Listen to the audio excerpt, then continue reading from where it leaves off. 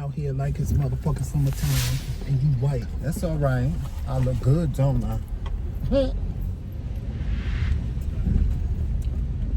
Joseph, let's talk about this subject. Wow. Homophobia. What about it? You know, well, first of all, let's talk about Dwayne Wade and his daughter Zaya. They did she did her first red carpet last night at the Truth Awards. Okay. It's an organization for the LGBTQ. And, you know, Dwayne Wade and Gabrielle Union and Zaya were invited to speak. And Dwayne Wade spoke, and he talked about his experience with, with his daughter Zaya coming to him and telling him, you know, what she wanted to do, and how, you know, they were not prepared for it, but, you know, they got advice from, you know, some LGBT. very close friends of theirs. Right. And it just brings me back to, you know, all these people that have these opinions about, you know, what Dwayne Wade is doing by, you know, just loving his child. You know, that's real love, when you can love your child enough to support them. And that's what a lot of parents fail to do. And you know my story. We ain't gonna get into that.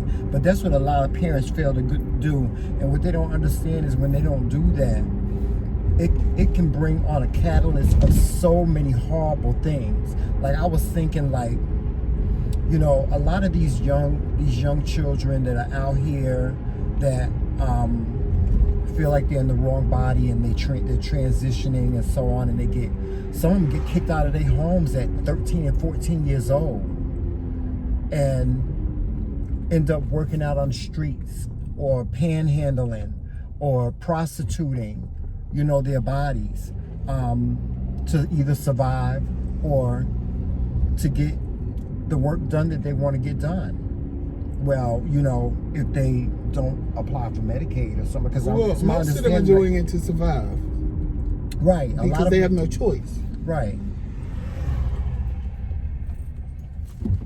And it sucks. It really sucks. And then you have people like last night I did my video and I talked about Lil Boosie and how he was talking about tell Dwayne Wade not to cut off the little boy's dick and so on and so forth. First of all, he's the most ignorant black motherfucker I've ever seen in my life. Yes. That's number one. Number two, a child don't know at 12 whether they're trans or gay, but it's real funny when you motherfuckers don't have a problem with your child at 12 years old being straight. Because if I'm not mistaken, he was the one that got a prostitute to suck his little 13-year-old son dick when he turned 13. Right. So how the fuck he know his son wanted his dick sucked at 13 by some fucking prostitute? Right. Bitch, please. These ghetto ass hood rat motherfuckers can kiss my ass.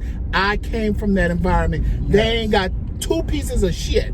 Just because you selling drugs and shooting motherfuckers don't mean y'all are the dumbest pieces of shit walking, and that's why don't nobody ever want to come back to the motherfucking hood, because we leave that dumb ignorance where the fuck it is, because he is one dumb ignorant motherfucker. I agree with you 100%. And you that's what I have to say about that, because I can. But I said that to say, you know, it's people like him that are the reason why things in the black community will never change, because of the ignorance.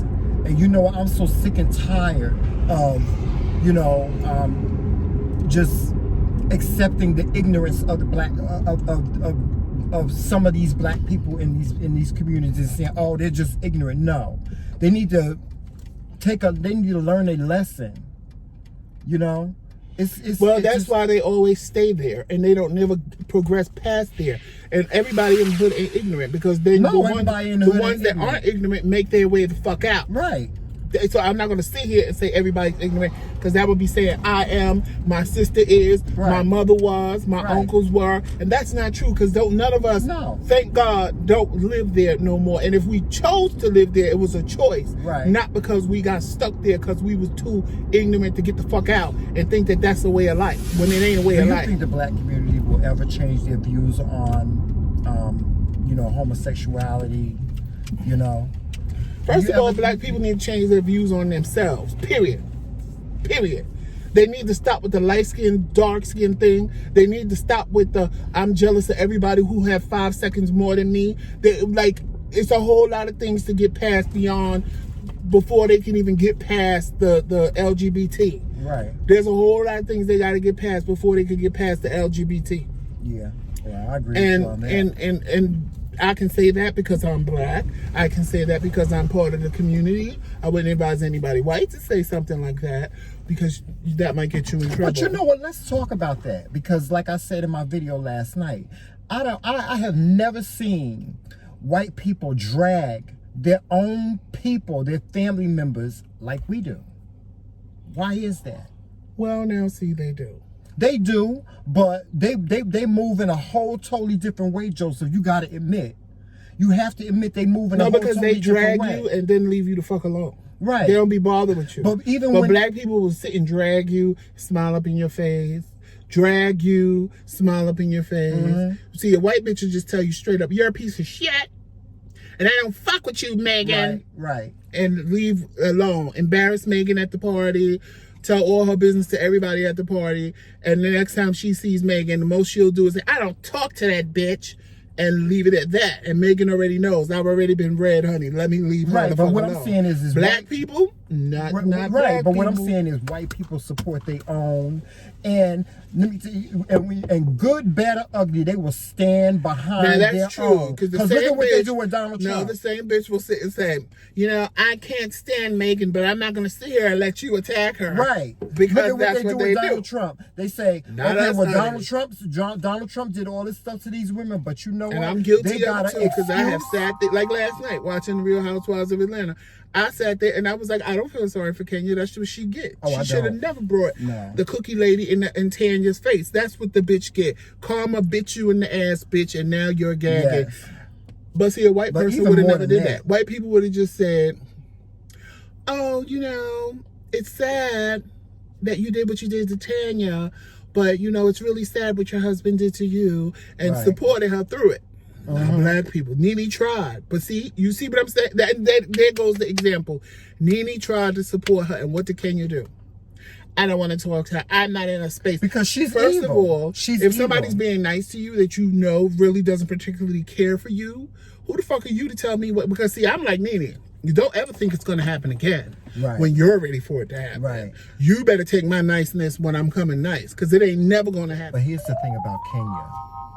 She's married to the wrong person. Her real soulmate, his name is Lucifer, because that is one evil C word. No, now, she's the C word. No, she's the real C word. But at the end of the day, if she was so much as mean as she really pretends to be, she would have been able to handle him. She would have been able to handle him. He would have never got on her nerves. See, you too busy playing and pretending to be the bitch that shouldn't be tried. Don't come for me if I don't send for you. But yet you want to sit in the background and get your little feelings hurt and cry over shit. That's not being that person. No, but you know what it is? That's not being that person. You know what? For you know what I think it is for Kenya. If you look back at the history of her and Housewives, she has never been validated, and the one thing that she has always wanted was a husband. Look at when she first came on the show. She paid that man, allegedly, she paid that man to be her fiance, and then that blew up. Then she ended up with that other guy, and he was getting ready to beat her into a new family. And now she ended up with this one, and he turned her. But I say he turned her. Like, I would never do that to you, Joseph. I would never throw you under the bus. Like, first of all, he threw her under the bus. I wouldn't allow you to turn me like that. See, that's what I'm talking about. That she ain't the bitch that she pretends to be. Right. Because if she was that bitch, that don't come for me unless I send for you, bitch, he would have never even got that far. Well, he would have never even thought that he could turn her and talk to her the way he did. Right. But she's not that girl. She's not that girl that she be. And this is why I be trying to tell y'all, be your authentic self. Yes, be yourself. My husband already knows. If he did some shit like that to me in public, he already knows what's about to go down. Spun slaps. Not even, I ain't even got to hit him. But this mouth of mine, you want to embarrass me? Well, I'm going to embarrass you. And then we're going to be embarrassed. Oh, he tried that shit with me one day. I slammed the door. And I kept my motherfucking composure and let him know if he ever yell and scream at me in the middle of the motherfucking street again, bitch, I will give a show. And I ain't never did it again. You want to give a show, bitch? I will give a show when I open that door and drag you out this motherfucking car. I will give a show, child. And in the corner. See, that's why we don't fight. We don't fight because we two alphas. We two this is thunder. This is thunder right here. And this is lightning. And that's why we don't fight. Is because both of us, we have this both fire this signs. Red Bull and what happens when fire burns? We see red. If fire's burning here and fire meets fire here, guess what you have? A fire burning out of fucking control. Yeah. At least if there's one fire going, at least it may stay where it's at or burn a little bit and spread a little bit. But when you have two fires going at one time, it's not a good thing. But see, y'all, what happened with Kenya and her husband is a prime example of look deep before you leap, before you marry somebody. Because let me tell you something, when you marry somebody, you better be a ride or die bitch. Let me tell you something. You better be a ride, because this one right here, I don't care. I don't care. He can commit a murder tomorrow, and I'm be sitting right in the courtroom, right in the front seat, supporting him if I love him that much. If I love him that much. You know what I'm saying? And I love him that much that I would do anything for him. I would take a bullet for my husband. I will stand. I will fight for him. I'll get my ass whooped for him. That's ride or die. That's what marriage is. That's what a real marriage is all about. When my father and my mother was married, it wasn't nothing my father wouldn't do. Nothing my father. You ain't even gonna look at him the wrong way without me asking you what the fuck is wrong with you and what's the problem. Because I'm on it before he even noticed something. I don't even have a chance to say nothing. I don't even have to say nothing. He don't even have a chance to say nothing because I'm like, is there a fucking problem, bitch? Like, I don't even have to say. I don't have to say a word. And it's not that I'm trying to fight anybody, but that's me. And if I'm not gonna let you mess with me, you're not messing with me. Period. It's just what it is. And I think some people are so desperate to be in love and be married that they overlook shit that they shouldn't overlook. And both of us had decided in our mind before we even came back into each other's lives and even decided to get married that I was like, you know what? I don't want to be, but I'm okay with being alone for the rest of my life. You know, if you listen to mythology, we all started off with two heads. So, and we was too smart, so the gods split us apart. So technically that's what we're out here looking for as our second head. And that's why people say your soulmate or your fire twin flame, because of that little Greek story of when we had two heads. So we are all born to be loved. We all look for love. We all want love. I don't care what people tell you. I don't care how they sit and tell you, oh, I'm fine being by myself. Oh, you are, because you get accustomed to it. And I'm not going to sit and say that you're not fine being by yourself, because I was okay with being by myself. Now that I'm going to be 49 next month, that wasn't going to happen no more. It was either we ride or die. Either we are together. You trust me with your life. Apart. And when he asked me that before he married me, he said, before you marry me, I want to ask you a question. Do you trust me with your life? So at first I heard what he said. And I hesitated, but I didn't answer. Did I answer you right away? I thought about what he said. And I said, wow. Because when I sign on this dotted line and I say I do, nobody in my family has rights to anything that pertains to me anymore. Whether I'm in the hospital, whether I'm anything. And see, there's a lot of things people don't think about when you get married. People don't realize your family can't come in and save you like you think they can. People fail to realize that when you get a divorce, he can get half or I can get half. Yeah. And when you ain't really got much to give in the first place, half is a whole motherfucking lot. Hello. Half is a whole lot. And I think, especially in the gay community, I think straight people have a better grasp on being married and what it entails, because that's all we've ever seen with straight people. We've seen women go through it. We've seen women take men for everything they have. Now we're seeing men take women for everything they have. But gay people never had that choice. We never had that option. Right. So now that we have it, I think these people don't take this as serious as what it is. People pop up engaged after 2 days. They do it for a name or for a status. After 2 months. Or they think it's cute to run around saying I'm married. This is really my husband. This is real. It's real. Like, a lot of y'all don't understand that this is real. Yeah, it is. This is not for play. This is not, I have a boyfriend and I'm saying it's my husband, versus I have a husband and this is my husband and he's entitled to half of everything that I have. And I'm a selfish bitch. So now, you see that shirt he got on? Guess who it belonged to? Him. It's ours. You see what I'm saying? We have to go through this hour thing. Ours. And I told him he could talk about he needs some me time. You can go right ahead and have your me time. He talking about he ain't gonna tell me when he leaving. Don't tell me when you leaving, because I know how to find your ass. And when I find you, just get your shit. I'm just saying, a lot of you gay men, and I see it on my timeline on Facebook all the time. People that person to person as far as boyfriends, and everybody they meet they engage to, and that don't work out, they meet somebody else and they engage to this person, they meet somebody else, they engage to that person. And actually, I have a friend that I felt that was that way in my mind, and they got married, and I can't lie, I'm shocked that him and his husband are still married. I didn't think his husband was going to be the problem. I thought he was going to be the problem, because he was just, I don't see how people, and I've had a lot of friends that will date somebody, be with them, and then 2 weeks later they're dating somebody else and they love them and they want to be with them. And I was never that person. If I'm smacking and tickling with you, that's all it was. I never said I dated you. And I kept people in where they belong. If I felt I wanted to date you, then I wouldn't smack and tickle with you like that, because you didn't need to know me like that right away. I wanted you to know me. But I have people that I knew people that would just sleep with you the first night and then talk about, oh, that's my boyfriend and we're dating and I love him so much. And then 2 weeks later, I'll be like, oh, how's so-and-so? Who? I don't talk to that bitch no more. But there's this new boy and oh my God, he put it on me so good and that's my boyfriend and I'm dating. And then 3 weeks later, how's so-and-so? Oh, I don't fuck with him no more. But bitch, I met somebody else, child. It's like, how many people? The shade of it all.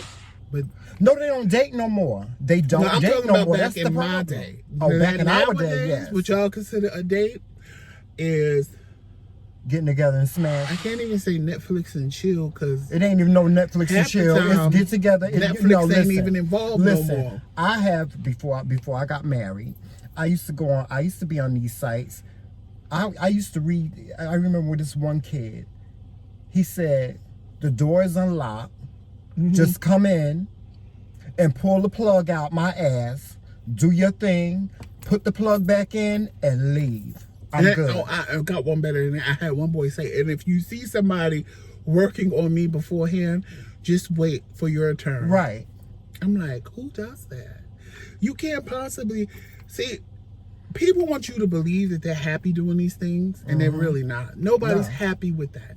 Even when I was out there doing my thing, it came a time when I was just like, I'm a mattress. Like, I felt like a mattress. Like, it was like, okay, I'm good enough to have sex with, but don't nobody really want to keep me.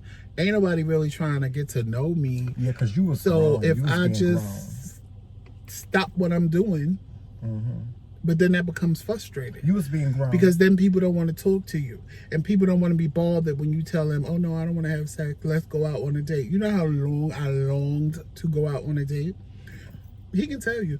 We would go places with my family or go out to eat, and I would look at him in the car and go, do you know how long I longed for this? Yeah, you do. How I longed for this?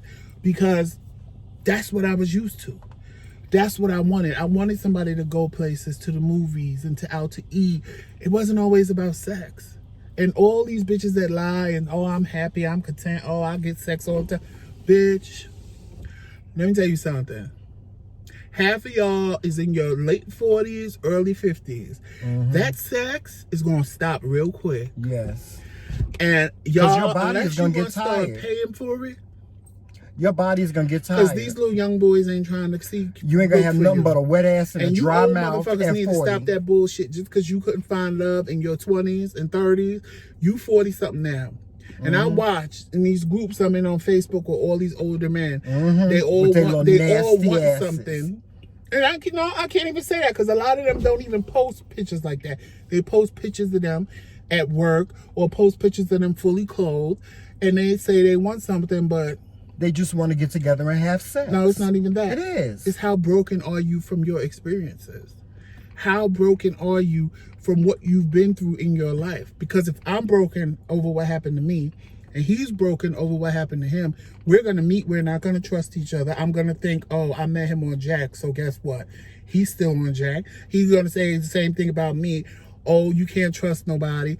Oh, this, oh, that. And even if I'm not on Jack and he's peeping on Jack, it's like you can't win for losing. Because your old shit, you got to let that go. Everybody ain't the same. And I had to tell myself that. I had to say, listen, all men ain't shit. Because I know I'm not shit. I know that I'm worth something. I know that I'm a good man. So if I am, there has to be another one out there. Now, the shit I got to go through to find that motherfucker, it was a whole lot. Took 20 years. But at the same time, anybody tell your black ass to leave in the first guy? It happened. If you would have stayed 18 years ago. First of all, I knew this was supposed to happen 18 years ago, but he wasn't ready for this. Well, it's 20 now. He wasn't ready for this 20 years ago. I knew this was supposed to be 20 years ago. The same way I feel I love him more today than I did then, but I knew my heart told me that this was the man that I was supposed to be with. But you was mean and surly back then. But I couldn't, and the reason why I left was because I knew if I stayed, I would be more and more drawn into him. And you put a restraining order on me not a real restraining order. I didn't go to the police. I just told people keep him the fuck away. No, he went and told all the all the managers and stuff like that. And they pulled me in the office because we used to work together. Work for the cable company. We used to work together, and when we decided not to be in a relationship, he told all the managers at work to keep me away from him. So they pulled me in the office and said, well, Joseph has placed a restraining order on you, and he doesn't want you near you're not allowed to go near his desk, and that's it. He had a birthday party for him and everything. They had a going away party for him and everything, and I was not invited. I was so hurt and so upset. I was hurt. You had hurted me that time. Take lessons. If somebody tell you don't want to be with you, cut them off. But you know, love, we're living proof that love comes back around. If something is meant to be, let it go. Yeah. And if it's meant to be, it'll come back to you. It sure did. And I can't lie. 18 years to the day. 18 that years we got to back together. But I can't lie. The people we are now are totally different than who we were then. Yeah.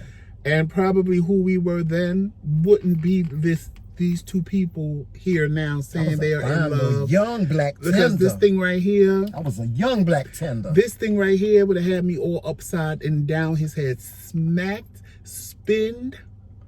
For what? Spun, smacked, and fucked up in that order. Because this thing right here was hot in the drawers. Oh! Now, I'm not saying... Now, let's rephrase that. I'm not saying he was out here. I'm not saying he was out here doing it with everybody. That's not what I'm saying. No, because I wasn't. But Tramel was the one that smiled up in everybody motherfucking face, that smiled up in his face. And I had to check a bitch at a party. Somebody gave me a compliment. No, fuck that, bitch. If somebody give you a compliment, you're supposed to you're supposed to say thank you, and you're supposed to smile. What's wrong with that? No. Like when at the party, I'm at the party, and they have to come tell me Joseph Tramel's been in the corner too long with him. I had to walk, and he's over there. Oh, thank you. Well, you want to talk about the bagel bitch? You want to tell that story? Over in between the two of them and say, who is this? With my finger right. Well, you want to tell? Let's tell the story about the bagel bitch. I'll play that. See, I ain't going through all of that now because this is my husband. Let's tell the story about the bagel bitch. I ain't going through all of that. See, he don't want to tell a story about the bagel because bitch. there is no story to tell about it. Yes, it is. First of all, I'm going to tell the story. If you don't know somebody even like you, how is there a story to tell? I'm going to tell the story. Because anything he says that I did is a lie. We used to go to this place when we was living in Jersey. What's that name of that place? It's so hot, all the bugs is out. What's the name of that place? The Bagel what? Wonder Bagel. Wonder Bagel. The Wonder Bagel bitch. I'm not tell y'all the Wonder Bagel bitch story. We used to go to this place called Wonder Bagel in Jersey City, New Jersey, where we used to live at. One day we going into Wonder Bagel, and this little dark-skinned guy comes walking. He's working in the back. I swear to God, he like to broke his damn neck getting up to the counter to take this one order. Little chocolate and chippy thing. Here go this one. I have a bacon, egg, and cheese on a roll. And he do his eyes like this. That's not true. This how I can tell when my husband flirting. He do this. He goes. Like he's Babs Bunny or some shit. I was ready to bust him up beside his motherfucking head in that goddamn store. That's not true. Yes, it is. And then one day he tried to get me because he was looking at somebody. And there was this man in the bagel store, in the Wonder Bagel store, right?